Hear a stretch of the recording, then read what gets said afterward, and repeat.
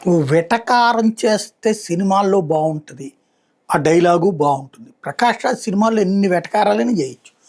బయట మాట్లాడేటప్పుడు నిజమైన వాటిట్లలో మాట్లాడేటప్పుడు చాలా బాధ్యతగా ఉండాలి. చాలా జాగ్రత్తగా ఉండాలి.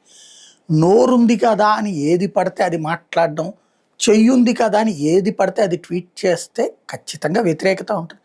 నన్ను అందరూ తిడతన్నారని ఆయన ఫీల్ అవుతాడు. విచిత్రం ఏంటంటే ఆయన అందరిని తిడతాడు. దానికి అట్టెట్ట తిడతావయ్యా అని అడిగితే అయ్యయ్యో! నన్ను తిట్టేస్తున్నా అని ఫీల్ అవుతాడు. అందరి మీద ఈయన నెగటివిటీ చేస్తాడు. ఈయన్ని ఎవరైనా నెగెటివ్‌గా అంటే అయ్యో! నా మీద అందరూ నెగెటివ్ పెంచేస్తున్నారు. నెగెటివ్ మీరందరూ నెగెటివ్ గాళ్ళు అంటాడు. ఈయనే అదే సినిమాల్లోనే నెగెటివ్ పాత్ర పోషిస్తుంటాడు. తాజాగా పవన్ కళ్యాణ్ విషయంలో వెటకారం చేశాడు. తెలంగాణకి సంబంధించి రా అయ్యా రా అని పెడతారు అని ఒకటి. ఏం రోగం మనకి? ఇప్పుడు కాంగ్రెస్ పార్టీ ఏమన్నా దేశమంతా పోటీ చేయట్లేదు. జాతీయ పార్టీ. బీజేపీ జాతీయ పార్టీ. కమ్యూనిస్టులు జాతీయ పార్టీ.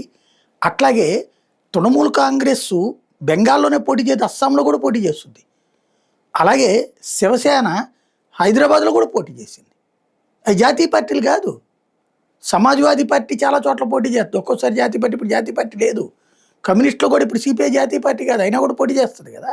అది పక్కన పెడితే ప్రాంతీయ పార్టీలు పక్క రాష్ట్రాల్లో పోటీ చేయడం కూడా ఉంది. ఇంతకుముందు బీఆర్ఎస్ వాళ్ళు వచ్చి ఇక్కడ పార్టీ పెట్టలేదేంటి ఆంధ్రాలో? అదే సందర్భంలో తెలుగుదేశం ఇంతకుముందు పోటీ చేయలేదు. అక్కడ రిజిస్టర్‌లో కూడా ఉంది కదా వైఎస్ఆర్ కాంగ్రెస్ పార్టీ. దానికి అది చట్టబద్ధంగా నడుస్తది. ఇంకోటి లేనిదెందుకు కెలకడం? ఈ కెలికాడు.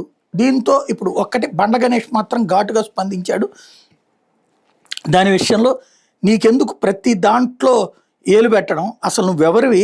తమిళుడివా? తెలుగోడివా? కన్నడివా? నీ ఊరేది? నీ కథేంది? ప్రతి ఊళ్ళో ప్రతి ఇష్యూలో దూరి జడ్జిమెంట్లు ఇవ్వడానికి నువ్వేమన్నా కలెక్టర్వా? లేక దేశ ప్రధానివా? ఎక్కడ చూసినా నువ్వే, ఏ విషయం వచ్చినా నువ్వే, అందరి విషయాల్లో దూరి హీరోలో ఫీల్ అవ్వబాకు. ముందు నీ అడ్రస్ నువ్వు తెలుసుకో, తర్వాత ప్రపంచాన్ని మార్చే ప్రయత్నం చేయంటూ ఘాటుగా స్పందించారు.